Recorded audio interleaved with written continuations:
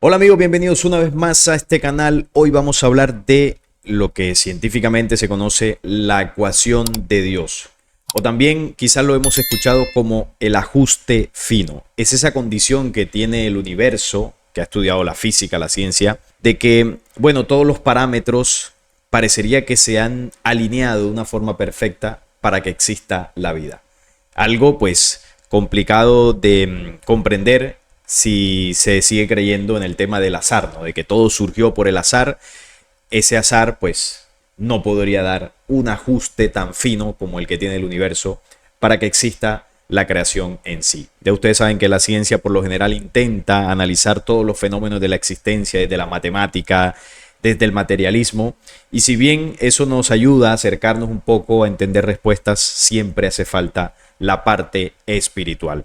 Pero bueno, vamos a ir analizando esto y a lo último voy a compartir la visión espiritual acerca de ese ajuste fino.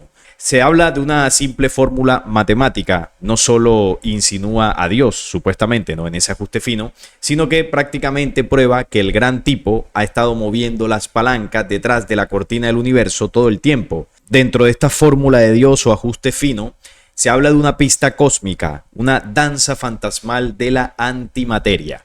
Retrocedemos hasta el año 1928, un señor llamado Paul Dirac dio con algo descabellado. No perseguía a Dios, sino que se trataba de averiguar por qué algunas partículas se desplazan más rápido que la propia luz. Armado con la fórmula de Einstein, ¿no? E igual mc al cuadrado, fórmula que, bueno, muestra que el universo o la velocidad en el universo tiene un límite y sería la de la luz.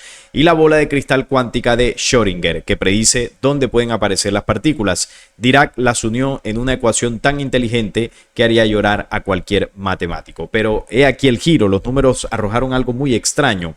Un electrón con energía negativa, una partícula sombra. El mundo científico ante esto se rascó la cabeza.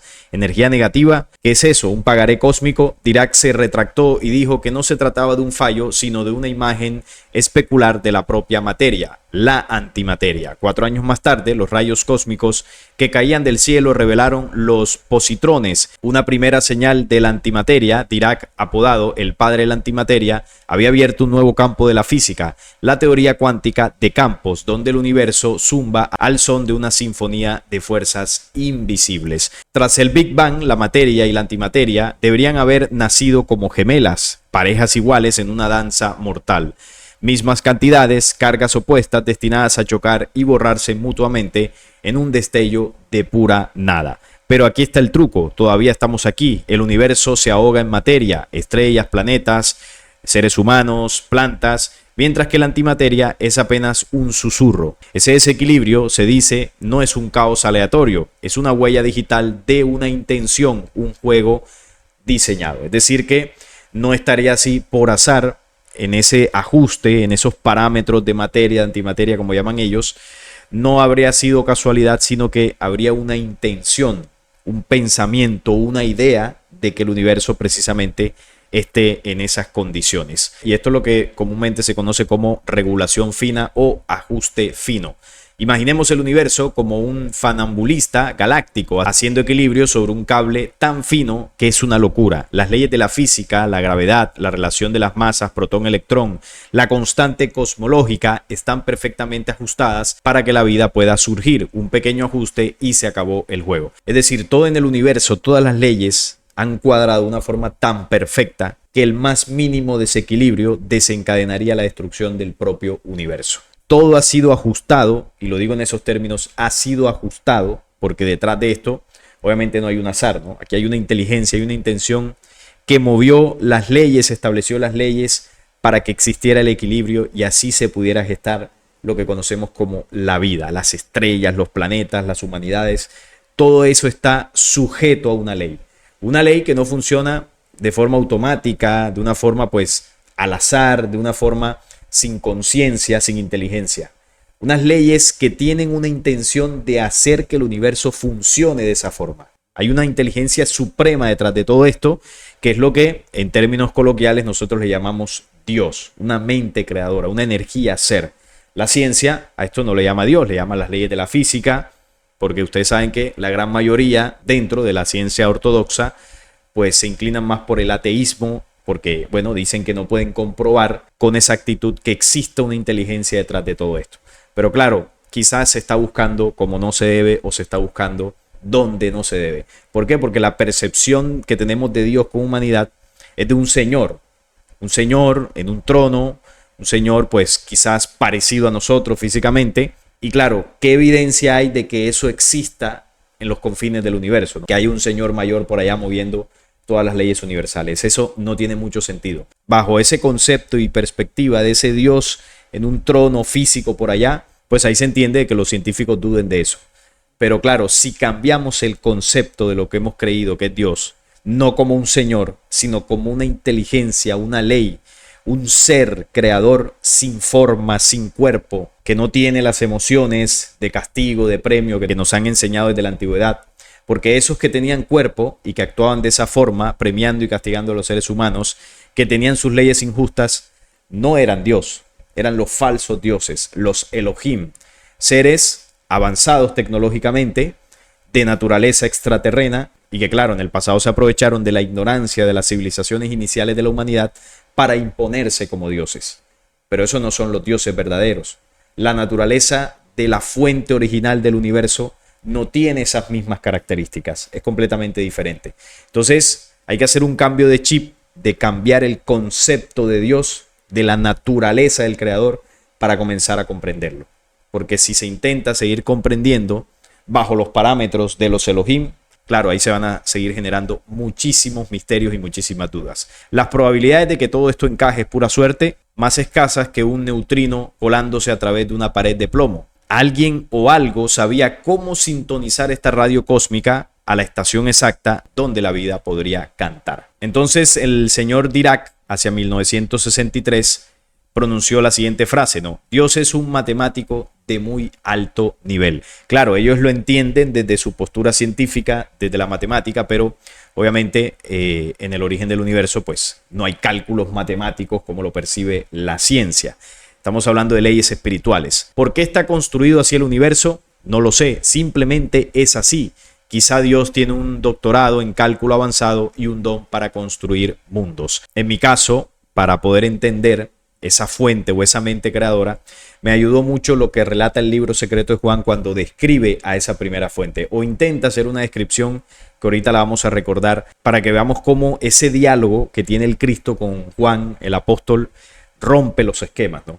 Nos hace comenzar a cambiar el concepto de lo que hemos creído que es Dios. La realidad es mucho más sencilla, ¿no? Por más que los científicos intenten buscarle una explicación racional dentro de su método científico, fórmulas matemáticas y todo esto, es evidente que el universo parte de una esencia espiritual, unas leyes espirituales a las que la ciencia no llega. ¿Por qué? Porque el espíritu, bueno, ellos ni siquiera consideran que existe, no lo pueden medir, no lo pueden tocar. Tú no puedes llevar un espíritu a un laboratorio y hacer réplicas de hacer prueba y error con el método científico, hacer una tesis.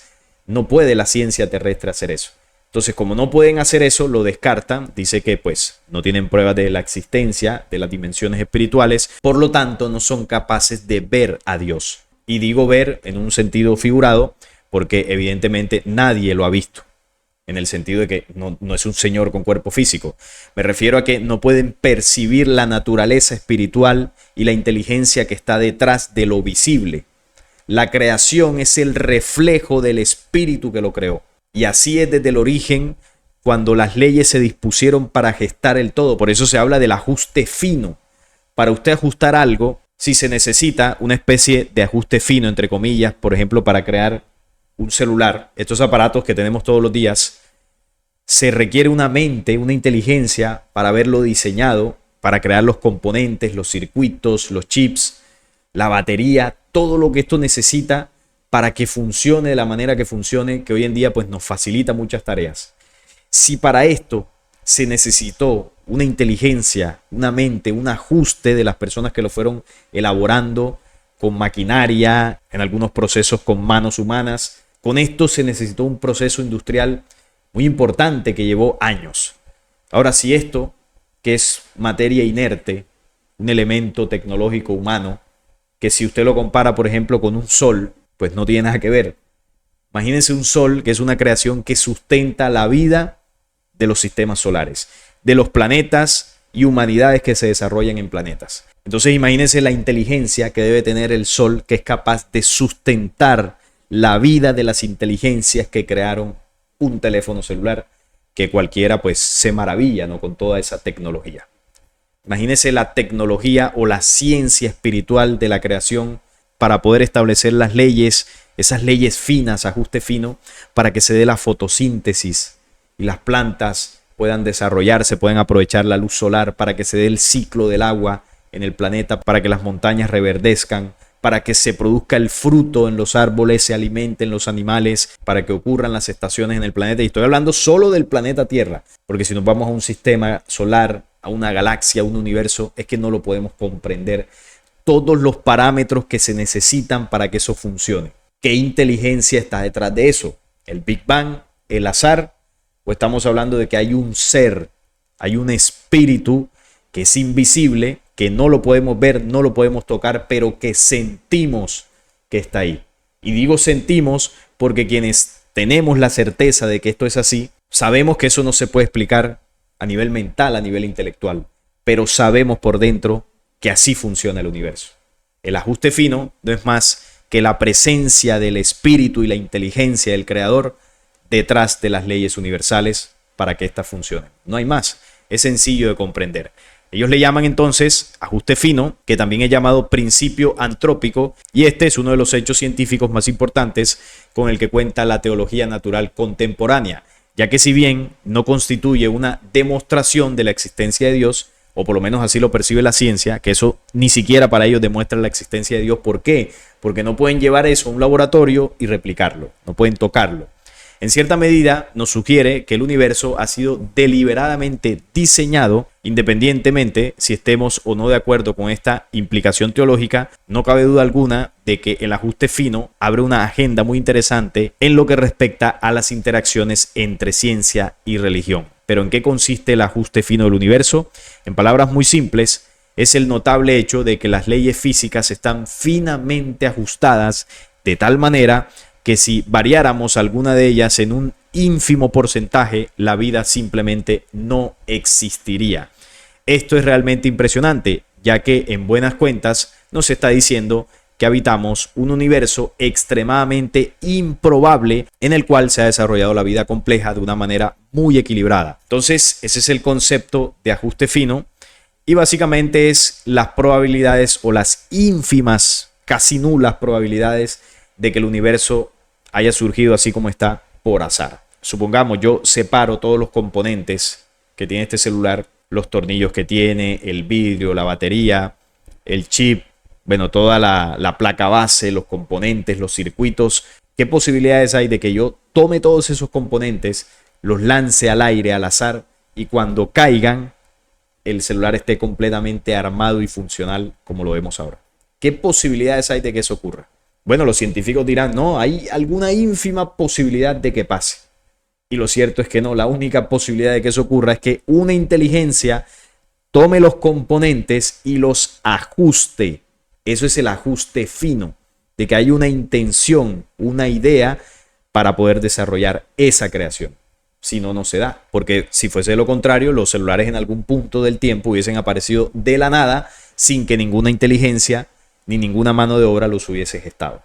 Ese es un ejemplo para que entendamos lo que esto significa. Entonces hay varios elementos que los científicos analizan y que ellos dicen que, bueno, es muy extraño que esto se dé en el universo, como por ejemplo el número epsilon, cuyo valor es 0,007 y está relacionado con la interacción nuclear fuerte, lo cual hace posible que los componentes del núcleo atómico, neutrones y protones, permanezcan juntos.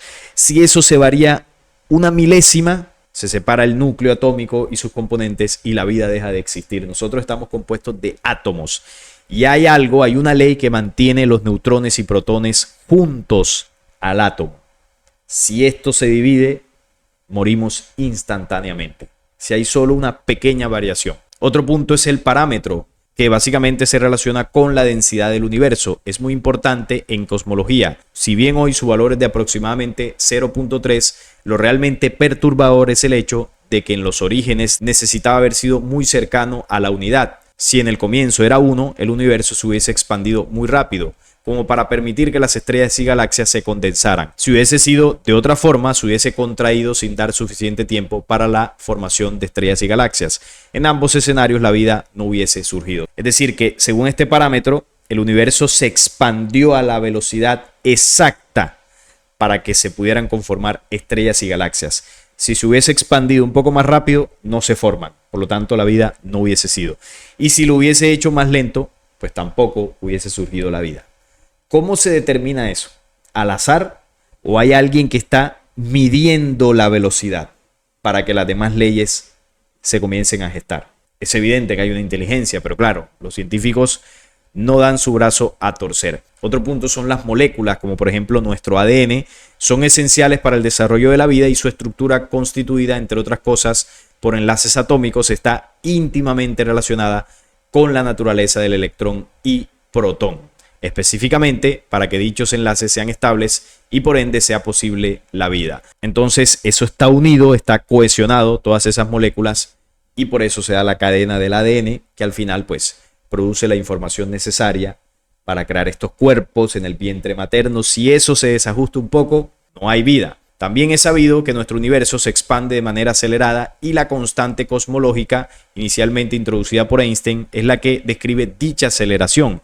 Lo realmente curioso es que los científicos estiman que su valor es aproximadamente pequeño. De haber tomado un valor diferente, ya sea mayor o menor al indicado, hubiera sido imposible la formación de estrellas y galaxias. Eso en el tema de la expansión, bueno, es lo mismo, ¿no? Hay un ajuste allí y bueno, los científicos intentan dar explicaciones al ajuste fino, como que bueno, las leyes de la física preestablecidas estaban así y eso debió haber sido así, no hay más.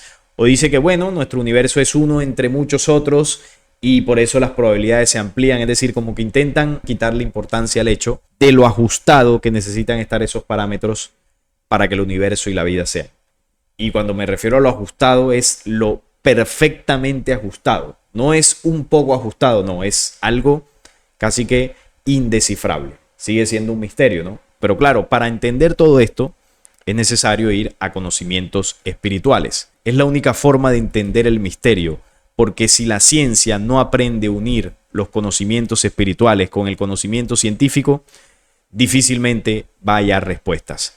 Y si el conocimiento espiritual no se une al conocimiento científico, tampoco va a hallar respuesta. Por eso estoy tocando primero la parte científica y ahora voy a la esencia espiritual que movió las leyes universales para que se diera ese fenómeno que la ciencia llama el ajuste fino. Hay diversos conocimientos, como por ejemplo los de Thoth o Hermes Trismegisto, que hablaron de la preexistencia, es decir, el estado en el que se encontraba la creación antes de su existencia. Por eso es preexistencia o ausencia de creación. Desde ese estado se estableció el pensamiento, la idea de cómo esa inteligencia creadora había pensado el universo y las leyes que lo regirían. Entonces aquí tengo conocimientos de Hermes y también el libro Secreto de Juan. Por acá nos habla de la preexistencia. Ella era la forma que llenaba el todo que aún no era. Aún no existía materia, no existían estrellas, galaxias, no existía nada de eso. Pero como dice acá, había un estado, una forma que llenaba el todo, la preexistencia. Pero existía. ¿Y por qué existía todo lo que sería? Porque ya estaba en la mente del creador. En la preexistencia solo era el verbo, la unidad, principio y raíz de todas las cosas. La existencia, ella llenaba lo que no existía, cuanto no era, pero que sería. Es como esa ley que determina la existencia de las creaciones antes de que las creaciones se cristalicen, antes de que existan. Por ponerles un ejemplo, el útero de la mujer. El útero de la mujer es el órgano diseñado para que ahí se geste la vida de los hijos, de los bebés. Y en el útero funciona la ley de la preexistencia. ¿Cuántos hijos puede tener una mujer? Y usted dirá, bueno, una mujer puede tener un hijo principalmente, o si tiene gemelos puede tener dos, o si decide tener tres puede tener uno primero y bueno, y dos más. Pero vamos a poner que el promedio son dos. Resulta que esos hijos van a tener más hijos y los hijos de sus hijos van a tener más hijos y más hijos. Y se va a desprender una descendencia que si usted la mira hacia el futuro podría ser infinita. Es decir, de una sola mujer se puede crear una humanidad completa. Muchos seres humanos que se van a reproducir y se van a expandir. Y todo surgió de un útero. Entonces, ¿cuántos hijos tuvo esa mujer? Vamos a suponer que tuvo miles en las descendencias hacia el futuro. Pero ¿dónde estuvieron esos miles de seres humanos antes de existir, antes de tomar cuerpo? Estuvieron en la preexistencia del útero de la primera mujer que parió. En el ejemplo que estoy poniendo, evidentemente. Estaban en la preexistencia. He puesto muchas veces el ejemplo de la semilla. La semilla de un fruto, cualquier fruto que usted se imagine, ¿cuántos árboles de esa fruta contiene la semilla? Usted me dirá, un solo árbol. Pero de ese árbol que van a nacer, nacerán frutos que tendrán cientos de semillas que al ser sembradas van a parir cientos de árboles. Esos cientos de árboles van a dar miles de frutos que tendrán miles de semillas que al sembrarse darán miles y cientos de miles de árboles hacia el futuro, más frutos y más semillas. Pero ¿dónde estaban todos esos cientos de miles de árboles y frutos? Estaban en la primera semilla. Por lo tanto, preexistían en la genética y en la inteligencia de esa primera semilla. A partir de esa semilla se expandieron. Algo parecido sucedió en el universo. El universo se encontraba en unidad, en la unidad preexistente de la mente del creador. Como dice acá, era la forma que llenaba el todo. ¿Y cuál era la forma? Porque no era materia, no había nada de lo que existe. Es el pensamiento o el reposo en el que estaba la creación. Aún no existía nada, pero ya preexistían los miles de millones de universos, de galaxias, de planetas, de humanidades que aún no existían. Y todo surgió a partir de la unidad. Esa unidad, en ese tiempo de la creación, vamos a poner el ejemplo de que es como si fuese una semilla. Estoy poniendo un ejemplo como para que lo entendamos en nuestra pequeña comprensión. Entonces dice que esa unidad fue el principio y raíz de todas las cosas. La existencia llenaba lo que no existía. Cuanto no era, aún no estaba, pero que sería. Y la existencia era el corazón de la preexistencia que existía en el hombre nacido de ella. Muchas edades y eternidades después, hoy en su pequeña mente y comprensión, ha llamado vacío a los eones. ¿Cómo le llaman los científicos a lo que ellos hablan de que, bueno, antes del Big Bang? ¿Qué había antes del Big Bang? ¿Cómo le llaman ellos? Le llaman la nada o el vacío. Bueno, eso que ellos llaman la nada o el vacío es realmente la preexistencia. ¿Usted quiere saber qué había antes del Big Bang? Pues era la preexistencia, el estado de reposo de la creación, el estado preexistente antes de que comenzaran a moverse todas las leyes para que se diera como tal la existencia de todo lo que sería. También la preexistencia se llama la ausencia de creación. Era la preexistencia, quieta, inmóvil, como una semilla. Permanecía en silencio insondable buscando su existencia de lo increado. El por qué, como el hombre en silencio y muy dentro de él, también hoy examina su existencia y la encuentra, para así encaminarse a la preexistencia que aquí habla. Muy dentro de ella, quieta, inmóvil, en silencio, pasó las perpetuidades que no tienen límite, ni se pueden escribir en los corazones y espíritus, ni aun de los dioses poderosos que existieron y son después del Padre eterno. Y sintió un fuego abrasante que no era fuego, una iluminación de existencia en el formidable e insondable vacío que llenó la existencia.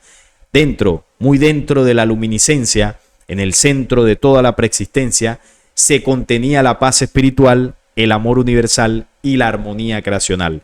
Tres leyes fundamentales de la existencia: paz espiritual, amor universal y armonía creacional. Eso es el ajuste fino. El ajuste fino tiene tres leyes principales: paz espiritual, parte de las leyes espirituales; amor universal, que todo lo cohesiona, por eso los neutrones, los átomos, los protones están unidos, nuestro ADN, las moléculas están unidos. Ese es el amor universal que cohesiona todo para que haya vida. Y luego está la armonía creacional, que es la perfección con la que funciona el universo. Quieta, inmóvil, se contemplaba a sí misma en su amor universal. Se sentía a sí misma equilibrio en su armonía creacional, no contentiva de ningún movimiento, permanecía en perfecto equilibrio de paz espiritual, y esta paz fue la preexistencia de sus tres leyes: la armonía, el amor universal y la paz como ley de lo absoluto. En esas tres leyes se contenía la preexistencia como una semilla quieta e inmóvil, contenida ahí en ella misma, bajo esas leyes también: armonía, paz y amor. Y la preexistencia, que no era vacío, como lo contempla la ciencia, sino que era la ausencia de creación. Existió siempre en sí misma antes de cualquier existencia, y aún no era el Padre Altísimo, pero el amor le sentía dentro de ella. No fluía el Santo Espíritu, pero la paz brotaba dentro de ella. Y aquí ya donde entra la parte del libro secreto de Juan cuando habla de esas tres primeras leyes: el Padre, el Espíritu o Bárbelo y también el vástago. Y sigue diciendo por acá: no vivía el Hijo Eterno, que es el vástago, pero la armonía le engendraba dentro de ella. Y estas tres leyes, la armonía, el equilibrio y la paz, representan a esas tres primeras leyes, ¿no? También el amor, la paz y la armonía creacional. Representan estas tres leyes a las tres fuerzas que escribe el libro secreto de Juan. Poseían dentro de sí una revelación que las unía. Ese fuego, luz, destello que todo invadía, penetraba, estaba en todo. Fuego en perfecta armonía, luz en perfecto equilibrio, destello en perfecta paz, sin tiempo, edades ni eternidades.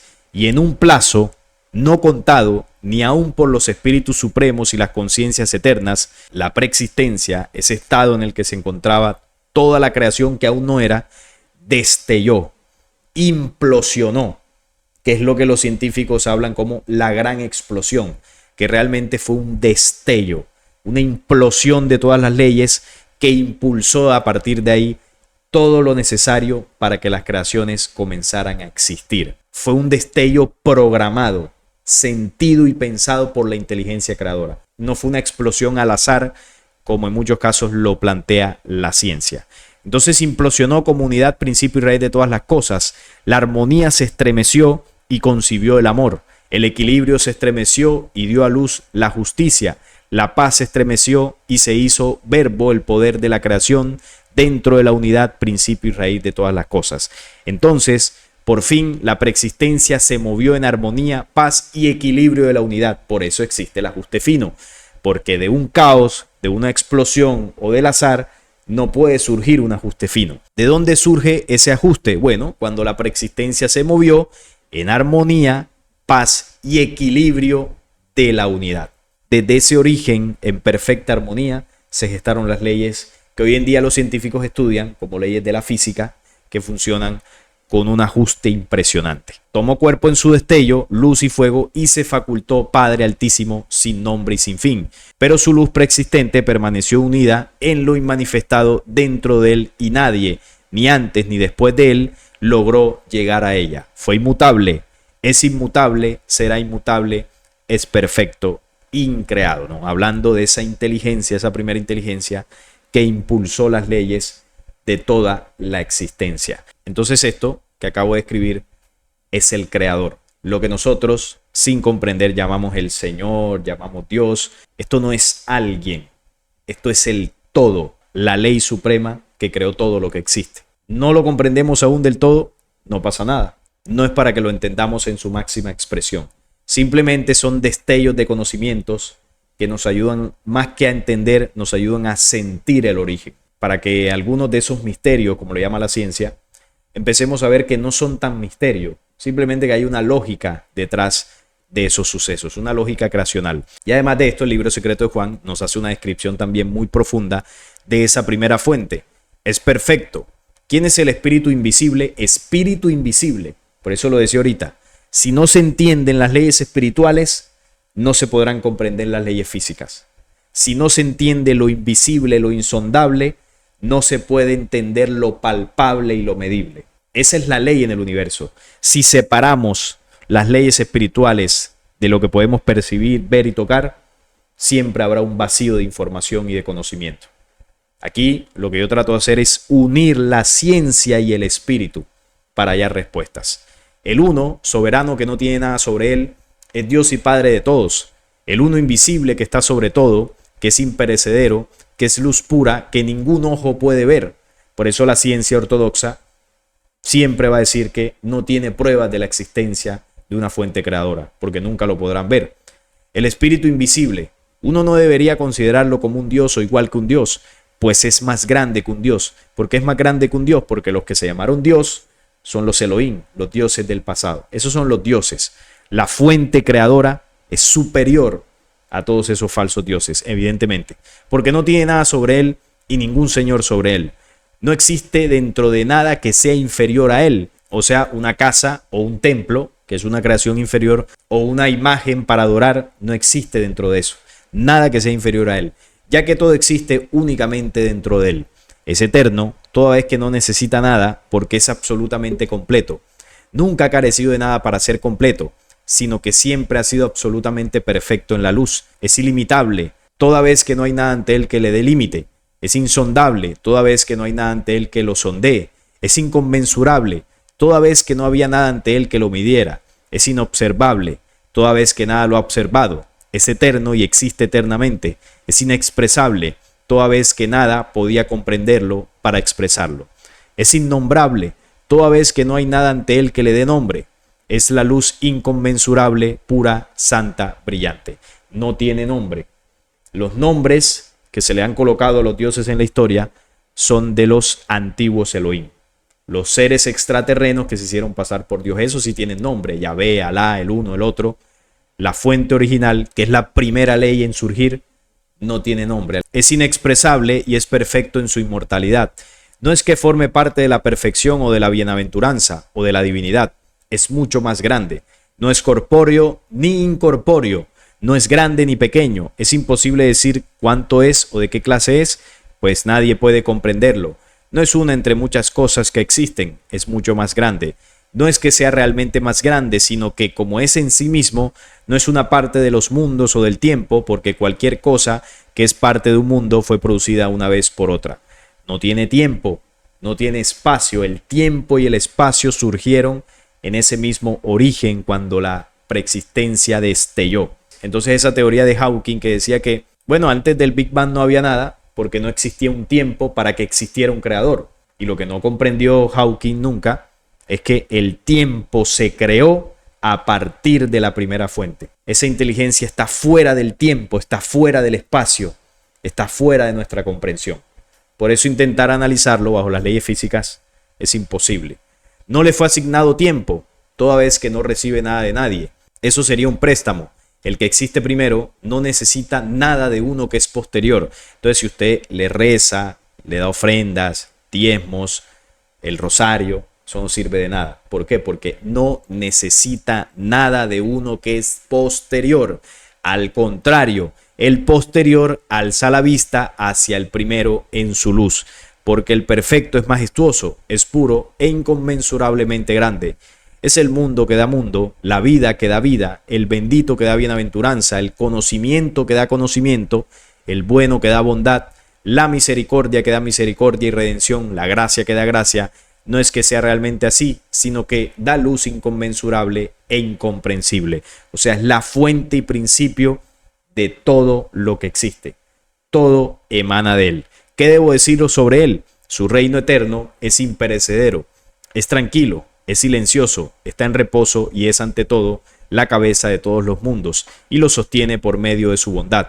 Sin embargo, no sabríamos, no comprenderíamos lo que es inconmensurable de no ser por uno que ha venido del Padre y nos ha dicho estas cosas. Ese fue el Cristo. El Cristo fue el que vino directo de esas leyes originales, de esa primera fuente, y aquí vino a enseñar eso, tanto en los evangelios, libros apócrifos, como el libro secreto de Juan, y bueno, en todos los textos donde él dejó su enseñanza. Esta es la descripción que hace el libro secreto de Juan de esa primera fuente. Y aquí comprendemos en este punto realmente qué es el ajuste fino. El ajuste fino es la intención, el pensamiento, la idea, el sentir de esa primera fuente para crear intencionalmente todo lo que existe. Todo lo que existe y cómo es la creación fue intencionalmente hecha de esa forma. Por eso se da lo del ajuste, que ya sabemos que no es azar. Son las leyes inteligentes funcionando porque hay un espíritu que desde el origen impulsó su funcionamiento. Y ese espíritu que desde el origen es lo que nosotros hemos llamado Dios. Y podríamos decirlo así. Este tema que estamos hablando hoy podría ser una de las pruebas, entre comillas, aunque para la ciencia nunca será prueba, porque son tosudos en el materialismo, pero este análisis lógico que estamos haciendo es uno de los argumentos más interesantes y más profundos para comprender la existencia del Creador. o por lo menos para quienes mantienen la lógica en su pensamiento y en su corazón, así lo pueden percibir y así lo pueden sentir sin necesidad de tanta parafernalia. Es mucho más sencillo de lo que creemos. Así que esta es la reflexión que quería compartir con ustedes sobre este tema tan interesante y tan importante. Estaré leyendo sus opiniones de todo esto. Y no es más, si este video les gustó, les agradezco un like, la suscripción al canal y compartirlo para que llegue a más personas. Hasta la próxima.